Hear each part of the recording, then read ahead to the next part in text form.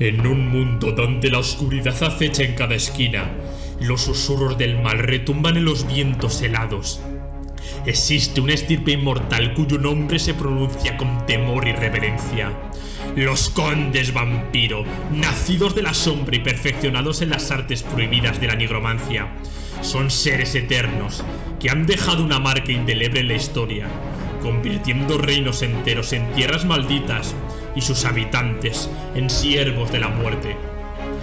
Con su piel tan pálida como el mármol y los ojos que arden con un hambre insaciable, los condes vampiros son más que meros inmortales. Son depredadores supremos, maestros en el arte de la guerra y en el dominio de los no muertos.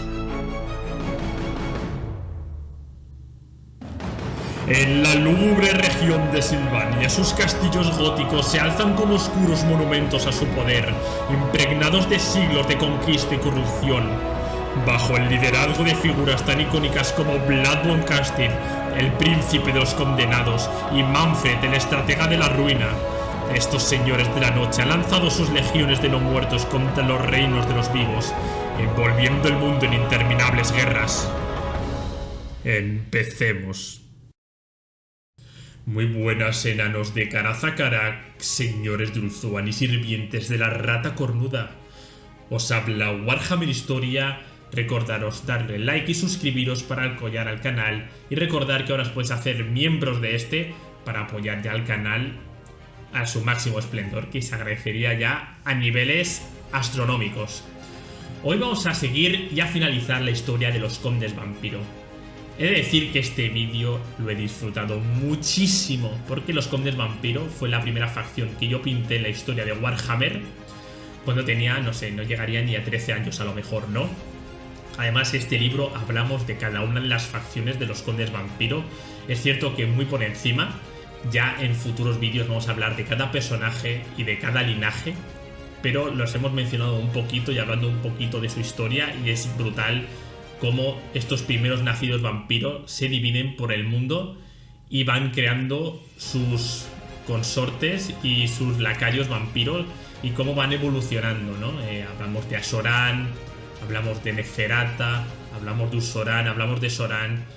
Es un vídeo que he disfrutado muchísimo y espero que vosotros también lo hagáis. Y nada, vamos a ello.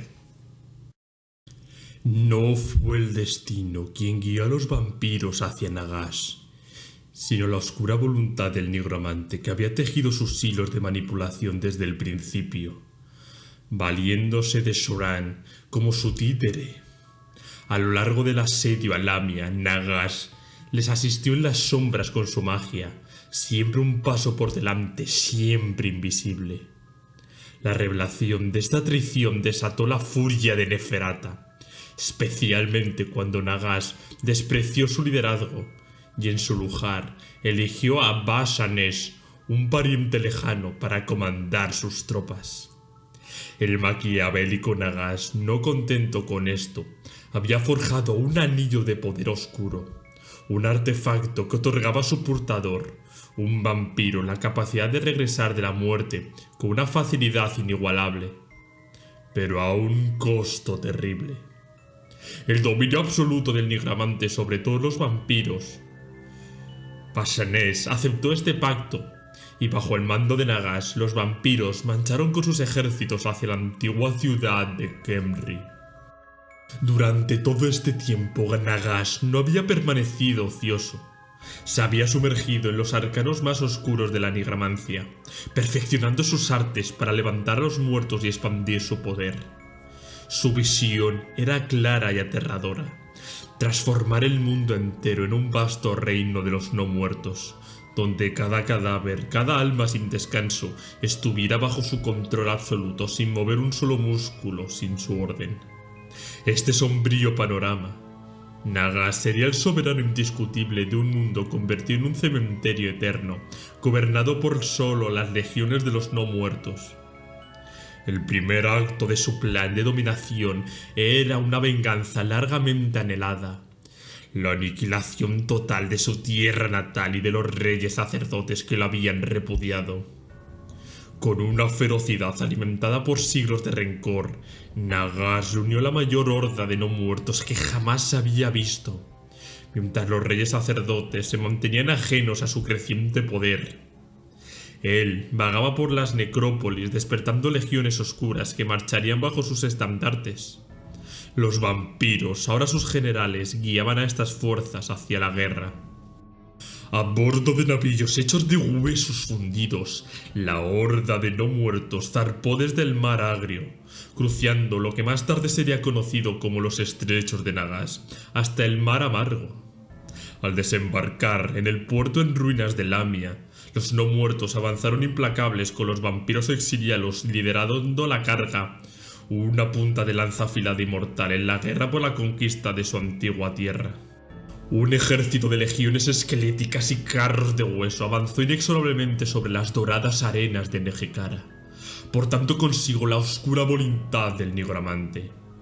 Sin embargo, este subestimó gravemente la determinación de sus antiguos camaradas, pues las valerosas gentes del desierto no estaban dispuestas a someterse sin luchar.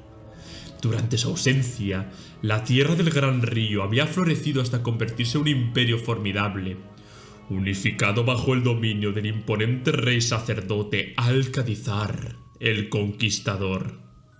Este rey, el más brillante estratega de su era, gobernaba un imperio en el apogeo de su poder. Cuando las hordas de los no muertos descendieron sobre Nehekhara, se encontraron frente a un reino cohesionado, con un ejército seguro de su fuerza, aún vibrante tras su victoria sobre el templo de los vampiros de Lamia.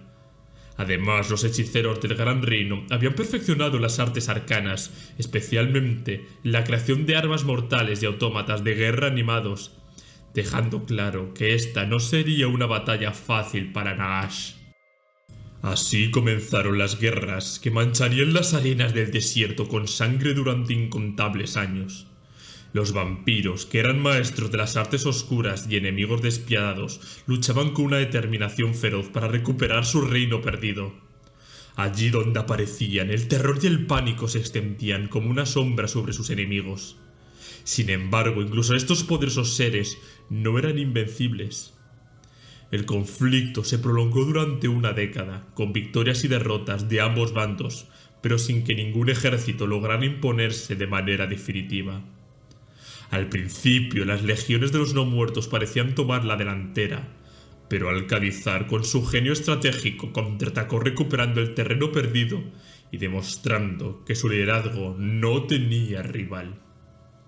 Aunque inicialmente los vampiros se mostraron leales a Nagash, buscando venganza contra Al-Khadizar y la restauración de Lamia, pronto quedó claro que el nigromante no tenía interés alguno en su supervivencia. Nagash los arrojaba contra enemigos sin miramientos, tratándolos como simples peones, sin preocuparse por la reconstrucción de Lamia o siquiera por su propio ejército. Su único deseo era la destrucción total de Nehekhara. Y así, las batallas continuaron una tras otra. Bajo el liderazgo del rey Al-Khadizar, los nehekarianos resistieron con valor, obligando a Nagash a retroceder. Cuando el nigromante se vio forzado a huir hacia el norte, las semillas de la discordia comenzaron a brotar entre los vampiros. Usoran, harto de las derrotas, planeaba rebelarse contra Nagash y tomar el mando de los restos de su ejército. Neferata, por su parte, consideraba prudente mantenerse al lado de Nagash, esperando la oportunidad de fundar una nueva Lamia. Y Soran, siempre astuto, argumentó en contra de ambos planes, prefiriéndose ocultarse junto a su oscuro señor, con la esperanza de que juntos, usando la nigromancia, pudieran algún día conquistar el mundo entero. Nagash, en su infinita arrogancia, despreció las rencillas que se cocían entre sus más leales servidores. Con una crueldad sin igual desató una plaga devastadora sobre la tierra, y con el poder oscuro de su nigromancia resucitó a todos los que habían perecido bajo su maldición para forjar un nuevo y temible ejército. Sin embargo, en la víspera de la gran batalla, las tensiones latentes entre los vampiros estallaron en un conflicto feroz. Los antiguos vampiros, supervivientes del incendio del templo, se enfrentaron entre sí con una brutalidad desmedida. Ninguno de ellos pudo imponerse sobre los demás, y combatieron ferozmente durante toda la noche. Al amanecer, derrotados por su propia arrogancia, se dispersaron con la llegada del sol, cada uno huyendo en solitario. De haber unido sus fuerzas, podrían haber dominado el mundo con facilidad, pero su vanidad de orgullo los condenaron a ser enemigos eternos, destinados a pelear entre ellos por toda la eternidad. La última legión de Nagas fue destrozada por la traición y la discordia. Los vampiros, derrotados, temiendo la furia de su maestro, se vieron forzados a escapar a través del desierto hasta la fortaleza de Nagasizar, donde debieron enfrentar la terrible ira del Nigromante. La cólera de Nagas no tuvo límites. Maldijo a los capitanes vampíricos que lo habían defraudado, sumiéndolos en un tormento eterno. Sus gritos de dolor resonaron como un siniestro recordatorio de su miseria para el resto de los seres vivientes. Aterrorizados por el destino que les aguardaba, los vampiros restantes comenzaron a temer por sus propias vidas.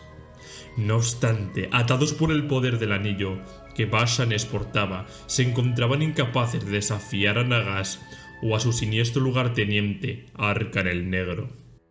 Bashanes, en un acto de astucia y de una solución ingeniosa, sospechando que el control de Nagas dependía de que un vampiro llevara puesto el anillo, decidió confiar en las palabras del gran Nigromante, quien había asegurado que el anillo le permitía regresar de la muerte. Así, en un momento crítico de una batalla, Bashanes se dejó abatir por Alcadizar, liberando a los vampiros de la influencia de Nagas.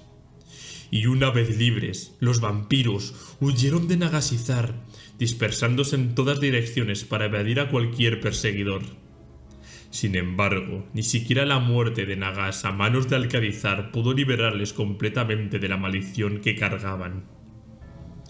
Y así fue como los primeros vampiros, tras intensos debates sobre su destino y liderazgo, se esfumaron en las sombras y se extendieron por el mundo. Algunos buscaron conquistar reinos para sí, otros se dedicaron a perfeccionar sus habilidades como guerreros y nigromantes. Cada uno fundó su propia dinastía sedienta de sangre, que con el paso de los siglos creció en poder y ferocidad, continuando su legado de terror y muerte, acechando a los vivos hasta el día de hoy. Durante este tiempo tumultuoso, los primeros nacidos se vieron obligados a huir hacia el norte, atravesando tierras infestadas por feroces orcos y cruzando imponentes montañas que se alzaban como guardianes eternos. En su viaje, cada uno encontró refugio en pequeños y aislados reinos, perdidos en las vastas tierras del viejo mundo. Allí, lejos de la civilización, comenzaron a erigir sus propios dominios, forjando reinos oscuros en las sombras. Neferata, la reina eterna, no se conformó con un solo rincón. Vagó por todo el mundo, tejiendo su influencia entre las naciones humanas desde sus raíces más profundas. Con astucia, colocó a sus hijas en posiciones de poder entre los mortales, infiltrándose en las cortes y gobernando desde las sombras. Finalmente, tras siglos de vagabundeo, arrebató la imponente fortaleza conocida como el Pináculo de Plata a los enanos, desde donde ahora gobierna su vasta red de espías. Hoy en día, la corte no muerta de Neferata se reúne en este bastión, donde las tradiciones de Lamia perduran y un ejército de guerreros no muertos defiende el lugar de cualquier amenaza. Sus hijos e hijas se han dispersado por todo el viejo mundo, filtrándose como consejeros, amantes y líderes entre duques, varones, mercaderes ricos y comandantes militares.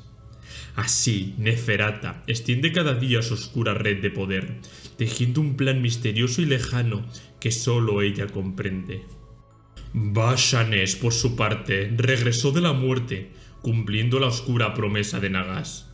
Durante siglos puso a prueba el poder del anillo que llevaba, sabiendo que incluso si Nagas había caído tras ser abandonado por los vampiros, lo cual parecía improbable, el anillo también había otorgado control a Arkan. Consciente de que otros siervos de Nagas podrían surgir para esclavizar a los vampiros, Bashanes se dedicó a dominar las artes arcanas que le permitirían controlar el anillo en lugar de ser dominado por él.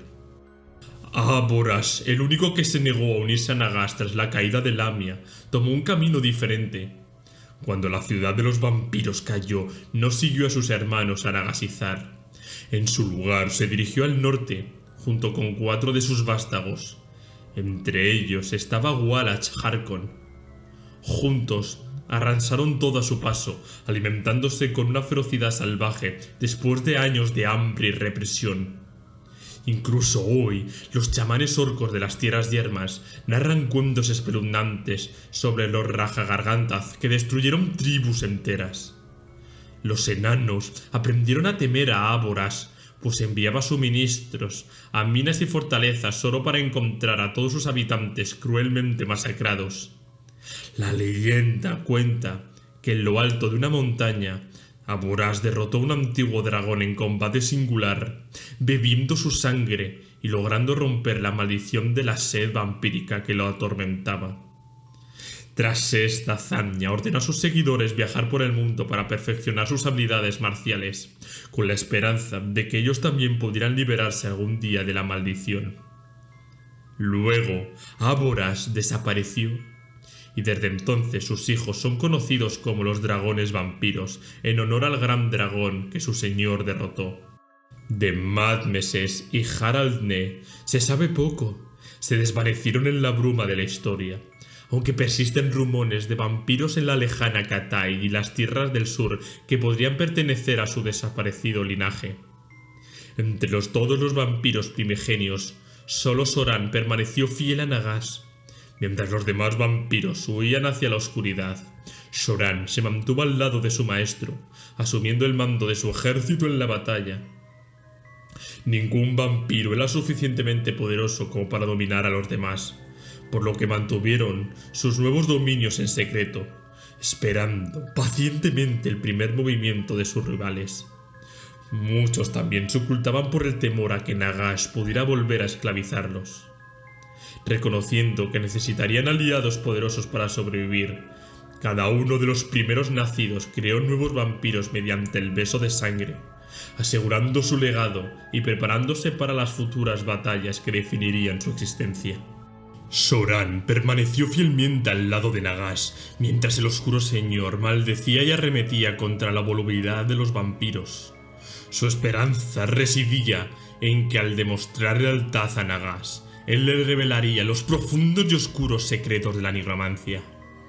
Acompañó a su maestro en la guerra montando en un carruaje de terror, armado con guadañas afiladas y forjado con los huesos blanqueados de una bestia monstruosa de tiempos antiguos. Al frente del ejército, Soran cabalgaba con fiereza, liderando una horda implacable de esqueletos que se abalanzaban sobre sus enemigos. Desde su posición lanzaba maldiciones y hechizos corruptos, cubriendo el campo de batalla con relámpagos negros que traspasaban a sus adversarios, dejando sus cuerpos inertes sobre la arena ardiente del desierto. Pero su magia no conocía límites, ya aquellos caídos, impulsados por la oscura voluntad de Soran, se levantaban una vez más, ahora como siervos sin alma, obligados a luchar contra sus propios camaradas. La batalla fue cruel y el ejército de Alcadizar, debilitado por la plaga repulsiva que Nagash había desencadenado sobre su tierra, sucumbió al abrumador asalto de los muertos vivientes de Soran. Nagash, complacido con la crueldad y eficacia de su aprendiz, recompensó a Soran con uno de sus tomos más oscuros y prohibidos. Un grimorio repleto de secretos arcanos que solo los más osados se atreverían a leer. Con cada página Soran estudiaba. Su conocimiento de la magia prohibida crecía, mientras el resto de los vampiros huía hacia el norte. Durante el breve pero intenso periodo que pasó bajo la tutela de Nagash, Soran adquirió un entendimiento profundo del reino de los no muertos, un conocimiento que lo separaría para siempre de sus congéneres. Pero su suerte cambió cuando Alcadizar, en un giro inesperado, derrotó a Nagash apenas un año después de que éste hubiera consolidado su poder. Aún así, Soran logró escapar, llevándose consigo el valioso tomo que su maestro le había confiado. A diferencia de los otros vampiros, las ambiciones de Soran no se limitaban a la conquista del mundo de los mortales. Su verdadero deseo era dominar el reino de los muertos. Sabía que el poder definitivo no solo podía alcanzarse a través del conocimiento del mundo espiritual, aquel que conecta con el alma de cada ser viviente. Sin interés en levantar grandes naciones o ejércitos de vampiros, Soran se apartó del camino de los demás. En lugar de crear una legión de neonatos, escogió unos pocos de los sacerdotes más sabios que habían servido a Nagash y que habían logrado escapar de la ira de Khemri. A estos elegidos los transformó en vampiros, convirtiéndolos en sus discípulos y encerrándose con ellos en un refugio oscuro y aislado, lejos del alcance de otros vampiros. Allí, Soran les enseñó las artes de la tenebrosa nigromancia. Junto a sus acólitos, Soran estudió los incansables escritos de Nagash. Su discípulo más talentoso, Melchior, transcribió esas enseñanzas en el temible Grimorium Necrorium. La maestría de Soran en la nigromancia llegó a tales alturas que fue capaz de dominar la insaciable sed de sangre que acosaba a los vampiros, aunque este logro no fue sin un precio. Aquellos de su linaje comenzaron a sufrir deformaciones grotescas. Su apariencia física se volvió monstruosa. Poco se conoce sobre el paradero donde Soran se refugió tras la caída de Nagash. Se sumió en el anonimato durante siglos, aislado del mundo, dedicándose únicamente a la profunda y oscura disciplina de la nigromancia, sin interés algunos por los asuntos de sus hermanos vampíricos.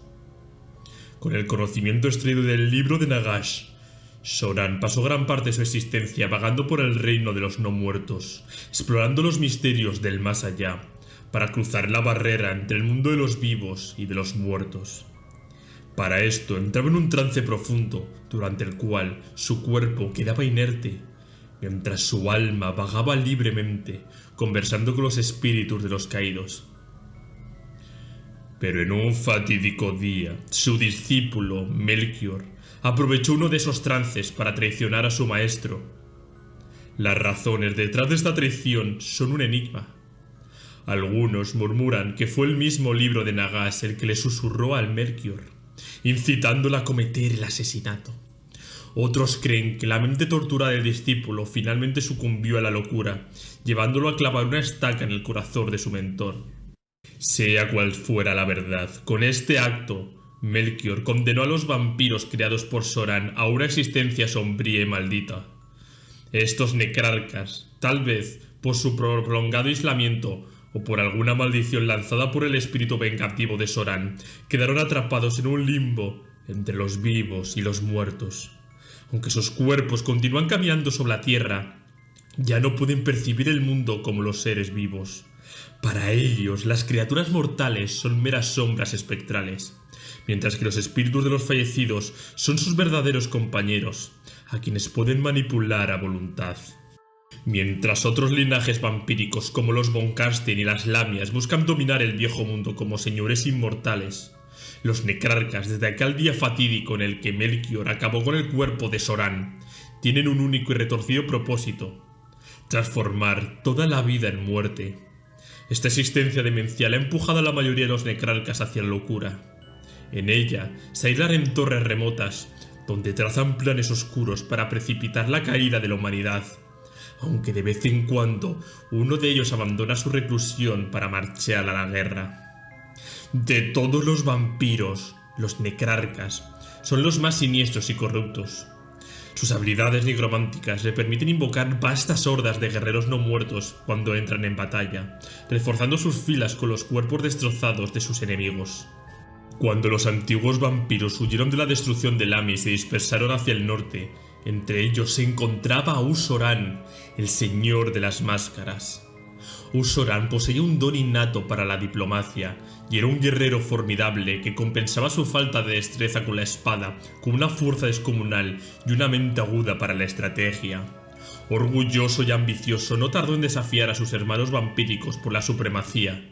Sin embargo, los demás resistieron sus intentos de dominación, y en lugar de permitir que uno solo gobernara sobre ellos, decidieron separarse y seguir sus propios caminos. Enfurecido y lleno de rencor, Usoran los maldijo antes de partir por su cuenta. Liderando un grupo selecto de seguidores, Usoran se dirigió hacia el oeste, hacia un pequeño reino humano llamado Estrigos, situado al pie de las colinas occidentales de las montañas del fin del mundo, donde el río Ciego desemboca en las vastas llanuras. La capital de este reino era la imponente ciudad amurallada de Morkheim, conocida en algunos mapas imperiales como Morheim. Al llegar, Usoran descubrió que esta joven nación estaba gobernada por un chamán llamado Kadon, quien junto con su pueblo adoraba al detestado como a un dios. El poder de Kadon emanaba de una corona que portaba. Usoran, con su conocimiento profundo, la reconoció al instante. Era la corona de Nagash, llevada hasta allí por un ejecutor tras la caída del Nigromante. La corona había absorbido tanto la esencia de Nagash que éste podía comunicarse a través de ella, aunque reducido a una mera sombra de lo que fue. Usoran vio en esto una oportunidad para ejercer su dominio sobre Nagash y ser el primero de su especie en fundar un nuevo reino de los no muertos. Con astucia, Usoran se infiltró en la corte de Estrigos y comenzó a esparcir su oscura maldición entre aquellos que compartían su ansia de poder. En pocas décadas logró formar una cohorte de vampiros neonatos, ubicándolos estratégicamente entre la nobleza de la ciudad.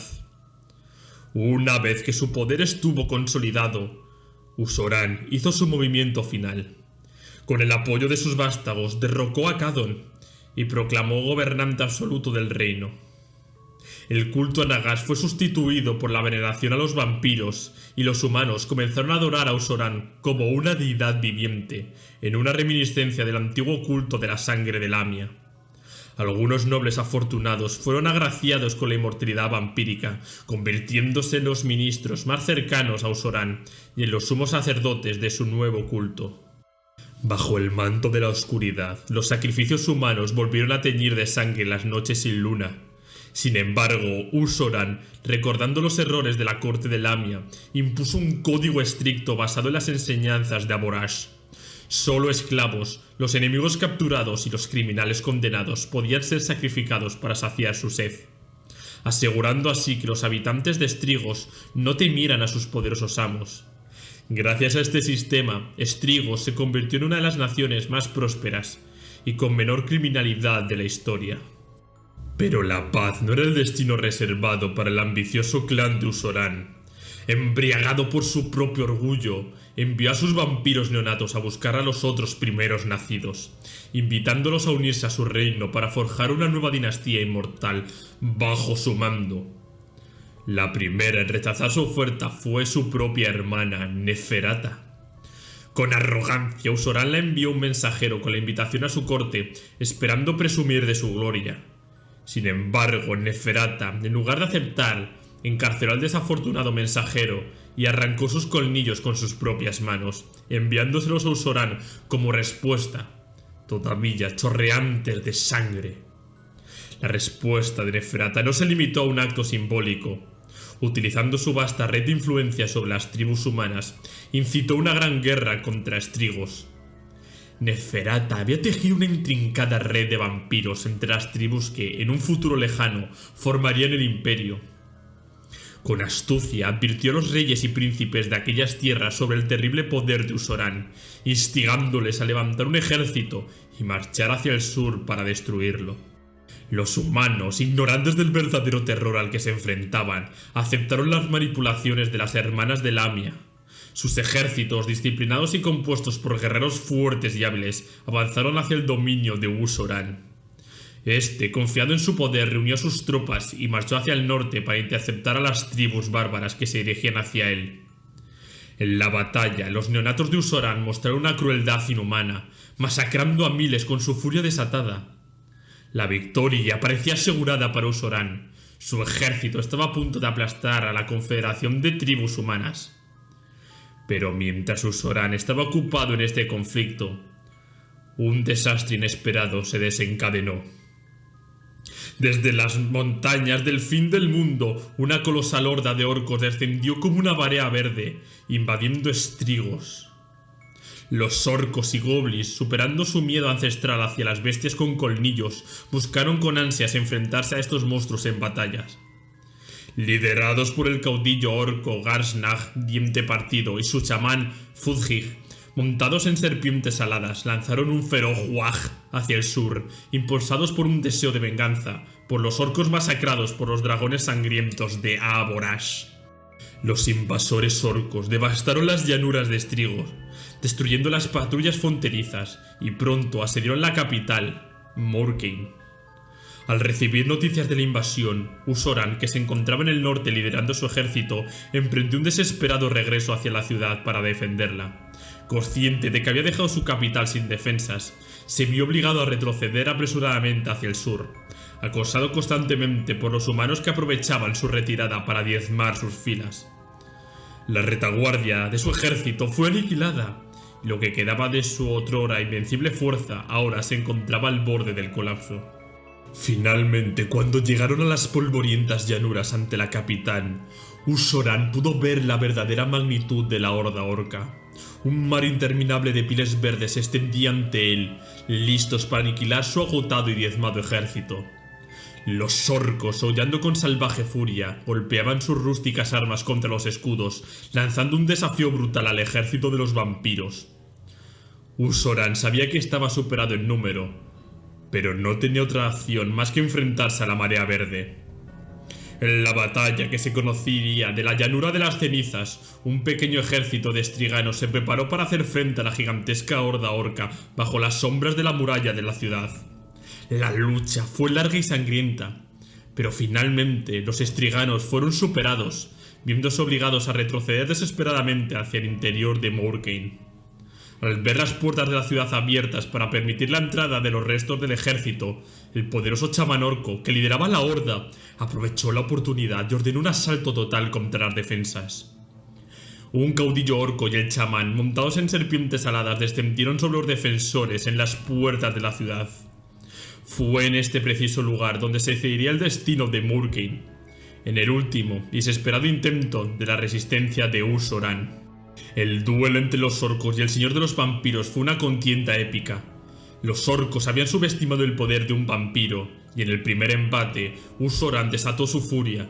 En un acto de fuerza brutal se dice que arrancó la cabeza de Diente Partido con sus manos desnudas, dejando al líder orco muerto a sus pies. El terror se apoderó de la horda y parecía que el ataque se desmoronaría. Sin embargo, Fudgik, el chamán, desató los poderes arcanos de la magia del Wag, desatando una explosión de energía verde que envolvió al propio Usoran, consumiéndolo en una tormenta de destrucción.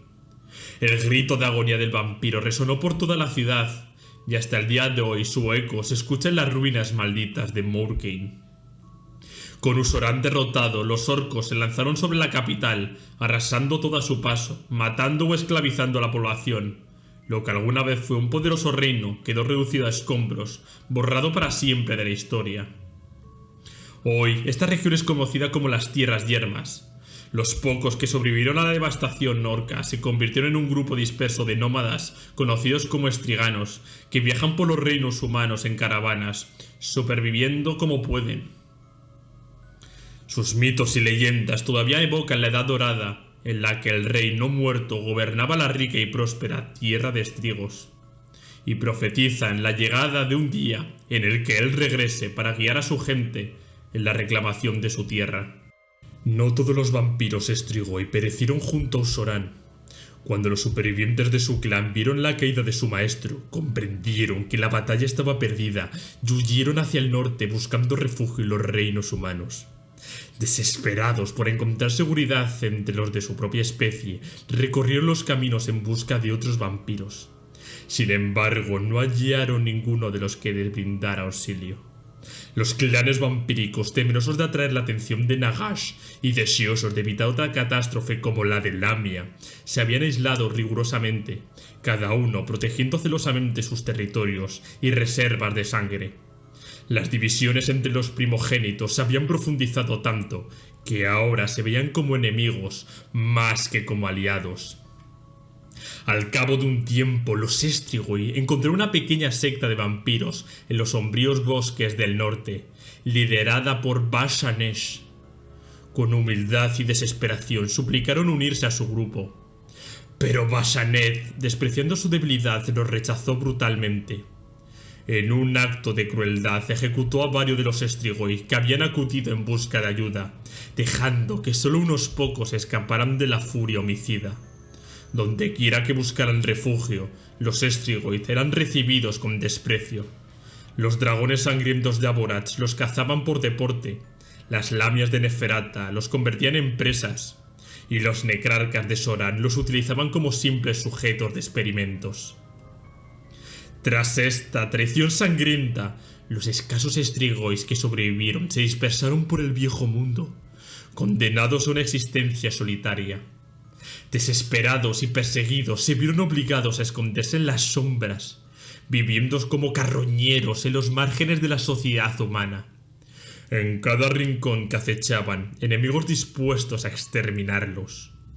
No les quedó más remedio que habitar en tierras baldías, alimentándose de bestias salvajes y espiando desde la oscuridad los lujosos banquetes y bailes de los boncastes y las lamias.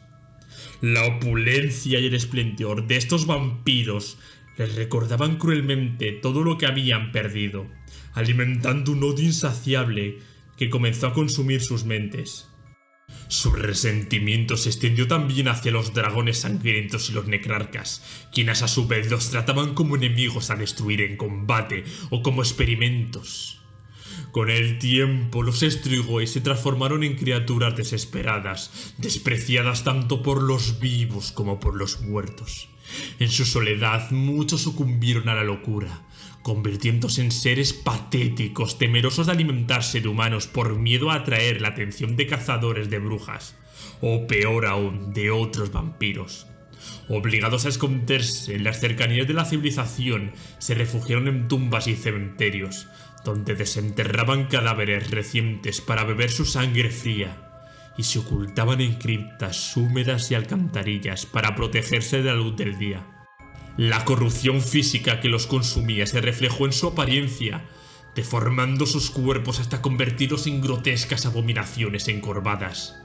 Durante siglos, la exposición implacable a los elementos y su perversa existencia transformaron sus esbeltas figuras en masas compactas de músculos distorsionados, una burla siniestra de la raza que alguna vez fueron.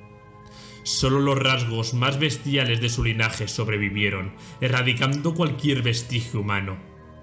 Los Strigos se hundieron tanto en la forma como en el comportamiento de las bestias, convirtiéndose en una parodia infernal de sus antiguas y altivas personalidades.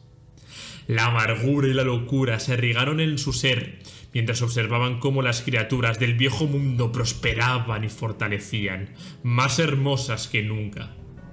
Pero sobre todo ardía en ellos un odio insondable hacia los demás vampiros, aquellos que condenaron a ese destino. Ellos que en su día fueron nobles y orgullosos, se vieron reducidos a monstruos errantes, confinados a los márgenes de la civilización, obligados a devorar los huesos de los recién enterrados. Solo podían encontrar seguidores en los necrófagos que infestaban los cementerios. Aunque la mayoría ha degenerado en la locura, los Strigoi aún conservan gran parte del poder innato de su estirpe. Su dominio sobre los muertos vivientes y las criaturas nocturnas que siguen siendo formidable. No han perdido la capacidad de levantar a los muertos de sus tumbas y doblegarlos a su voluntad, aunque lo hacen de manera instintiva. Hordas de necrófagos carroñeros son atraídos hacia estos seres solitarios, formando grotescas cortes a su alrededor. Los saqueadores de tumbas y los miserables que viven de los despojos de batalla han aprendido que deben realizar sus actos antes de que caiga la noche, pues cuando la oscuridad se cierne, distintos carroñeros emergen de los lugares de muerte, manadas de necrófagos liderados por los rápidos y mortales cazadores nocturnos, los vampiros Strigoi. No es sorprendente que en el viejo mundo se refieran a ellos como los reyes necrófagos. Los supersticiosos habitantes murmuran que los errantes estriganos están en comunión con estas peligrosas criaturas, venerándolas y sirviéndolas. Se rumorea que los nómadas secuestran niños para ofreceros como sacrificio a los reyes necrófagos, en una oscura parodia de los antiguos rituales de Strigos. Otros aseguran que los estriganos ayudan a los Strigoi a trasladarse entre las ciudades en sus caravanas, propagando así su maligna influencia. Siglos después de la desdichada caída de Éstrigos, un vampiro del temible clan Strigoi conocido como Borag, Diente Ensangrentado, se alzó con la determinación de reclamar las tierras que le pertenecían por derecho. Con la habilidad innata de su especie para dominar a los necrófagos, forjó un ejército de carroñeros y lo lanzó contra la tribu Goblin de la Nube Roja. Aquellos que no fueron aniquilados en la batalla fueron subyugados, esclavizados y forzados a erigir una fortaleza que, según se dice, aún se alza en algún lugar remoto de la desolada llanura de los huesos. Con su variopinto ejército preparado, Borag volvió su mirada hacia la tribu del Brujo Gris, lanzándose en una nueva campaña de terror.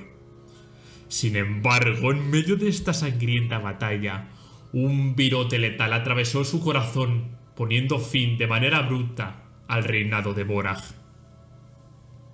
Durante los siguientes 2000 años, muchos vampiros sucumbieron al impulso ancestral que una vez surgió en Lamia y Estrigos, intentando establecer o conquistar sus propios dominios. Neferata, la reina eterna, arrebató el pináculo de plata a los enanos. Luthor Harkon reclamó la costa del vampiro en las exóticas tierras de Lustria. Wallace Harkon tomó la Torre Sangrienta. El Duque Rojo se abrió paso con furia a través de Bretonia antes de caer solo para resurgir de su tumba de nuevo. Y Norgul el Necrarca desató el terror en Estalia durante la infame Guerra de la Sangre. Bashanesh, sin embargo, se movió en las sombras de la historia. Viajó a la enigmática región de Silvania, un lugar que había conocido en vida como un soldado del ejército de Shetep, y adoptó el título de Príncipe Vladimir. Allí, junto al legendario Vanel, levantó una hueste de no muertos para combatir la amenaza de los Skavens que asolaban esas tierras tras la devastación de la Muerte Negra. Satisfecho con el impacto que había dejado en la historia, Bashanesh se sumergió nuevamente en la oscuridad, desapareciendo durante 700 años más, dejando solo un rastro de susurros y leyendas a su estela. En tiempos remotos, los caballeros de la Orden del Dragón Sangriento eran reconocidos como una de las órdenes de caballería más nobles y veneradas del Imperio.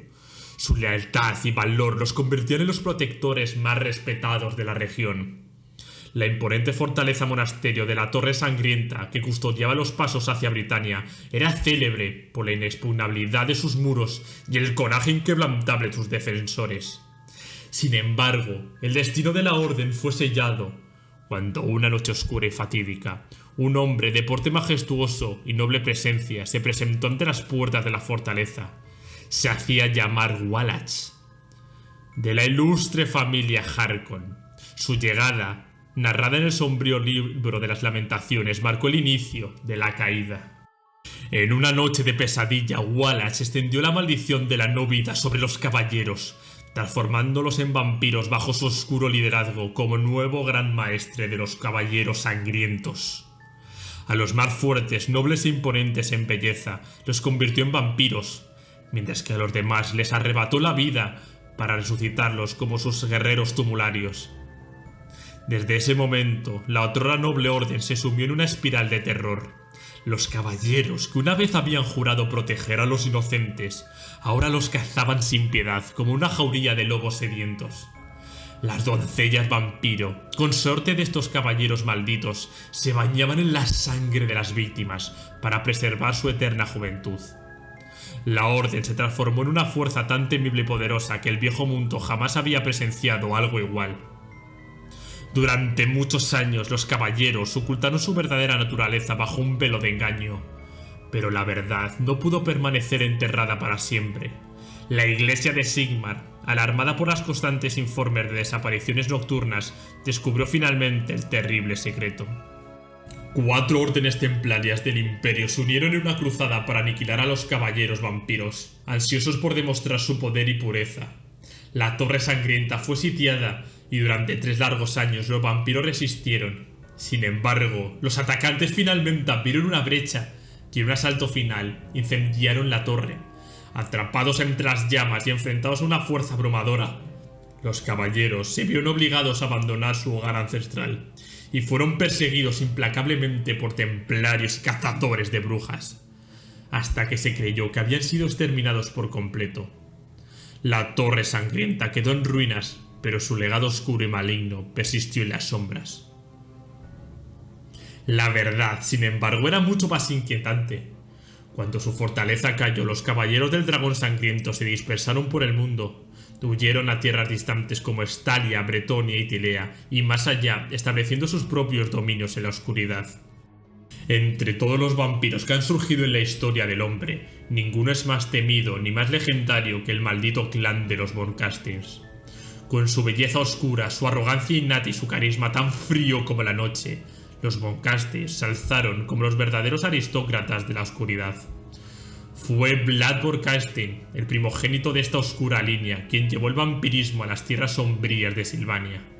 Con su llegada, los más poderosos nobles fueron infectados por la maldición, encadenados a su voluntad. Y Vlad se coronó como el indiscutible soberano de un reino de no muertos, en el corazón mismo del imperio. Hace 3 siglos, Vlad y su legión de no muertos desafiaron abiertamente el poder de los hombres. Durante 100 años de guerras implacables, estuvo a punto de quebrar al imperio bajo su yugo. Solo la unión desesperada de los condes electores pudo derrotarlo. Sin embargo, aunque Vlad encontró la muerte, la amenaza de los Von Castings no terminó, ya que sus herederos continuaron las guerras vampíricas, llenando los anales de la historia con crueldad. Los nombres de los condes vampiro aún resuenan en las leyendas del imperio. Envueltos en temor, Vlad e Isabela, los inmortales soberanos de Silvania, cuya historia es tanto de amor como de terror. Peter y Emanuel Von Casting, quienes sacrificaron 100 doncellas en una sola noche para saciar su insaciable sed. Fritz Von Casting, conocido por su total ausencia de piedad. Conrad, el conde demente, cuya sed de sangre no conocía límites. Y finalmente, Manfred Von Casting, el más astuto y sabio de todos los maestros en nigromancia, cuyo genio retorcido lo convirtió en una figura temida por todo el viejo mundo. Al final del dominio de los Von Casting, llegó con la feroz batalla de Helfeld, donde Manfred, el último de los condes vampiro de Silvania, encontró su fin a manos del conde elector Stirland. Con su muerte, las guerras vampíricas parecieron llegar a su conclusión, y el linaje de los Von Casting se desvaneció en las sombras. Para terminar, un dato curioso por si no os habéis dado cuenta. Vlad Von Casting, el primer Von Casting conocido, que fue rey y conde de Silvania, realmente era un hombre que fue robado a un ser que se llamaba Vladimir, pero su verdadero nombre era Bashanesh. Y con esto terminamos el vídeo de hoy. Espero que os haya gustado este final de los Condes Vampiro. Como yo dije en la introducción, me ha encantado este vídeo. A mí, que me flipa los necrófagos, que me encanta Usoran, ya no solo en Fantasy, sino también en Age of Sigmar. Es más, estoy esperando la miniatura para poder pintarla porque es un miniaturón.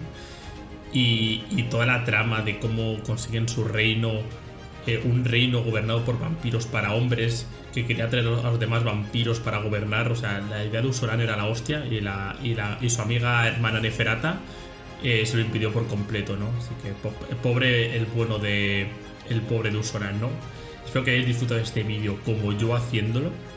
Y nada, nos vemos en próximos vídeos, que ya tocará una nueva facción. Un abrazo.